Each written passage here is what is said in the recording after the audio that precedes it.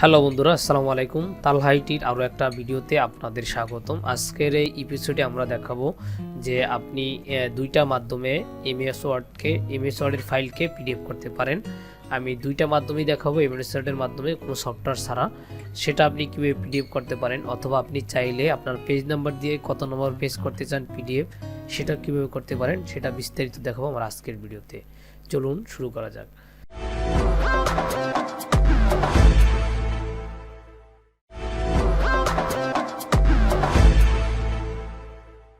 আমাদের প্রথমে যা করতে হবে, যে কোনো কম্পিউটারের মাধ্যমে অর্থাৎ এমএস ওয়ার্ডের ওপেন করে কোনো ফাইল ওপেন করার পরে আমাদের যখন সম্মুখে এরকমের ইন্টারফেস চলে আসবে, তখন আমাদের এখানে যে কর্নার রয়েছে ফাইল মেনু, সেখানে গিয়ে আমরা একটু ফাইল মেনুতে ক্লিক করব। ফাইল মেনুতে ক্লিক করার পরে আমরা কিছু নিচের দিকের অপশনে পাবো সেভ অ্যাজ অপশন। সেখানে আমরা একটু ক্লিক করব। ক্লিক করার পরে যে আমাদের দিস পিসি অপশন রয়েছে, অথবা আপনি চাইলে এখান থেকে কারেন্ট যে ফোল্ডার রয়েছে সেটা আপনি ক্লিক করে দিতে পারেন। আমরা দিস পিসিতে ক্লিক করলাম।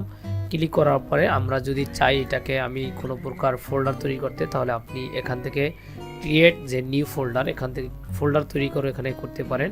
আমি টেস্ট লিখে একটা ফোল্ডার তৈরি করে নিলাম। তারপর সেই টেস্ট ফোল্ডার আমরা ভিতরে রাখবো, সেই জন্য সেটা লিখে দিলাম। লেখার পরে আমরা এখান থেকে যে ফাইল নেমের সাথে, অর্থাৎ আপনি যদি কোনো নাম দিতে চান তাহলে ফাইলটার ক্লিক করে নতুন করে নাম দিতে পারবেন। দেওয়ার পরে আপনি এখান থেকে পাবেন সেভ অ্যাজ টাইপ। এখান থেকে আপনি কোন ধরনের ফাইলটা করবেন সেটা এখানে সিলেক্ট করবেন। যেহেতু আমরা পিডিএফ করব, সেই জন্য আমরা পিডিএফে সিলেক্ট করলাম। সিলেক্ট করার পরে আমাদের এখানে এরকম একটা অপশন দেখা যাবে। তারপর আমরা এখান থেকে সেভে ক্লিক করব। সেভে ক্লিক করার সাথে সাথে আমাদের ফাইলটা পিডিএফে তৈরি হয়ে যাবে। ক্লিকের মুহূর্তেই পিডিএফটা তৈরি হয়ে আমাদের সামনে এইভাবে ওপেন হয়ে যাবে। দেখতেই পাচ্ছেন আপনারা যে আমার ফাইলটা আমার সামনে ওপেন হয়ে গেছে। এইটা হলো 1 নম্বর ট্রিক্স। পরবর্তী ট্রিক্সটা হলো, আপনি এইভাবে ফাইলটা ওপেন করার পরে আবারও ফাইল মেনুতে যাবেন। যাওয়ার পরে নিচে অপশন পাবেন এক্সপোর্ট। এখান থেকে যদি এক্সপোর্টে ক্লিক করেন, এখানে দুইটা অপশন পাবেন, চেঞ্জ ফাইল টাইপ, আর একটা পাবেন ক্রিয়েট পিডিএফ এক্সপিএস ডকুমেন্ট। এখান থেকে আপনি যদি ক্রিয়েট এক্সপিএস পিডিএফ ডকুমেন্টে ক্লিক করেন, অথবা এখানে কর্নারের দিকে আপনি ক্রিয়েট পিডিএফ এক্সপিএস ডকুমেন্ট পাবেন। এই যে অপশনটা, এই অপশনটা কেউ 2007, 2003 এগুলোর মধ্যে পাবেন না। 2010 থেকে ভার্সন যেগুলো রয়েছে সেগুলোর মধ্যে অবশ্যই পাবেন। তারপর আমরা ক্রিয়েট পিডিএফে একটু ক্লিক করব। ক্লিক করার পরে আমরা কোন জায়গায় ফাইলটা সেভ করতে চাই সেটা আমরা সিলেক্ট করে দেব।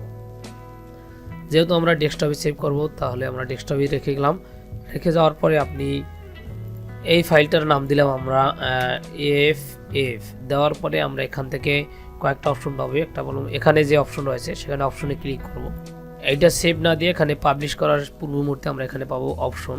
সেই অপশনে যদি আমরা ক্লিক করি, এই অপশনে ক্লিক করার সাথে সাথে আমাদের কাছে এরকম একটা পপ আপ অর্থাৎ একটা ইন্টারফেস চলে আসবে। সেই ইন্টারফেসে গিয়ে এখানে আসবে আমাদের পেজ রেঞ্জ, অর্থাৎ আপনি এটা সবগুলো পেজ পিডিএফ করতে চান না এগুলো সিলেক্ট করে আপনি কোনগুলো পিডিএফ করতে চান সেটা আপনি করতে পারবেন। যদি কারেন্ট পেজ করতে চান, অর্থাৎ আপনার সামনে যেই পেজটা ওপেন করা আছে সেই পেজটা শুধু পিডিএফ করতে চাইলে কারেন্ট পেজে ক্লিক করলে আপনার শুধু এই পেজটাই পিডিএফ হবে। এখন যদি আপনি চান না আমি এই পেজ নাম্বার থেকে পেজ নাম্বার পিডিএফটা করব, সেক্ষেত্রে আপনি এখান থেকে পেজে ক্লিক করে পেজ নাম্বার সিলেক্ট করে দিতে পারেন যে আপনি কত নম্বর পেজ থেকে কত নম্বর পেজ সিলেক্ট করবেন। দেখেন আমার এখানে স্ক্রিনে কিন্তু 1 থেকে 28টা পেজ রয়েছে। এখন যদি আমরা চাই 1 থেকে 10 নম্বর পেজ পর্যন্ত আমরা পিডিএফ করব, তাহলে আমরা 1 থেকে 10 নম্বর দিব।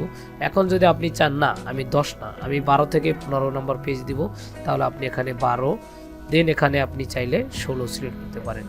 16 সিলেক্ট করার পরে যে ওকে অপশন রয়েছে সেখানে প্রেস করবেন। প্রেস করার পরে এখানে যে পাবলিশ অপশন পাবেন সেখানে গিয়ে পাবলিশ অপশনে ক্লিক করবেন। ক্লিক করার সাথে সাথে আমাদের যে ফাইলটা রয়েছে সেটা কিন্তু ঠিক আমাদের 12 নম্বর পেজ থেকে, এই যে আপনারা দেখতে পাচ্ছেন যে আমার পেজ নাম্বার দেওয়া ছিল পেজ 12, সেখান থেকে পেজ 12 থেকে আমি যতটুকু দিয়েছি সেই পর্যন্ত অটোমেটিকভাবে 5টা পেজ আমার পিডিএফ আকারে হয়ে গেছে। যে এই ছিল পিডিএফের সংক্রান্ত ছোটোখাটো ট্রিক্স। আরও যদি এরকমের কোনো ভিডিও পেতে চান অবশ্যই কমেন্ট করে জানাবেন। আরও কোন ধরনের যদি কোনো সমস্যা হয় আমাকে আমার পেজে অথবা গ্রুপে নক দিলে প্রবলেম সলভ করার চেষ্টা করব। ধন্যবাদ সবাইকে।